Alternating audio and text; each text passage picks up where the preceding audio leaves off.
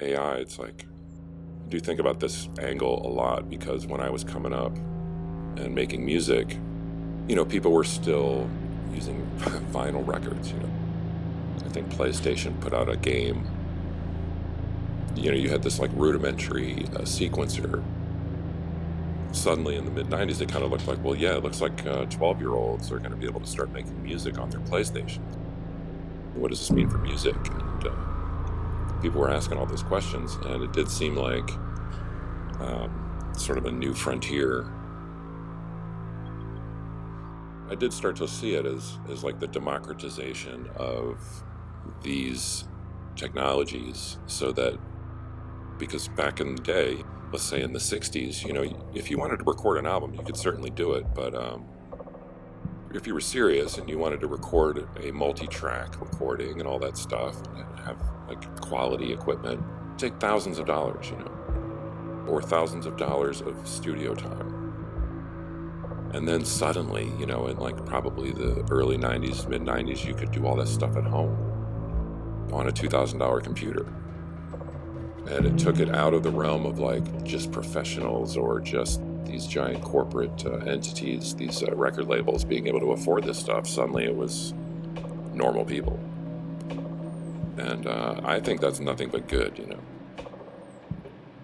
And what did it mean? It meant more music. It meant more crappy music, but it also meant, more good music. There was no gatekeeping by these big studios. And so to me, that's nothing but good, generally. I mean, I guess you could find some negatives, but...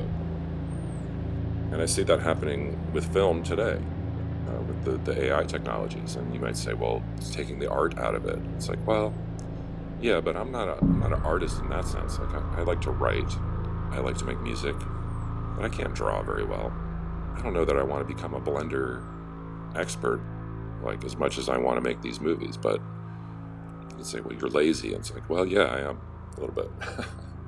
But if you're telling me I can have an AI assistant that would, help me through these processes, you tell me I might be able to do that in the next couple years, like, well, yeah.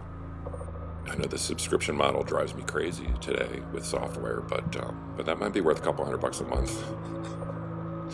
If you're telling me I could make my robot movie or whatever, I'm into it. And I'm excited for the future of media. Like, I'm hoping we're going to see, I think it was Francis Ford Coppola, something to this effect. He said film won't be like a true art form until a 12-year-old from, Indiana wins an Oscar for Best Picture.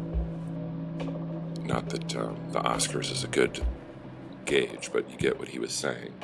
The last 100 years of cinema has been like really in the hands, especially obviously for distribution, but it's really been in the hands of a really small amount of people. And now with the internet, you're seeing this happen all over the place.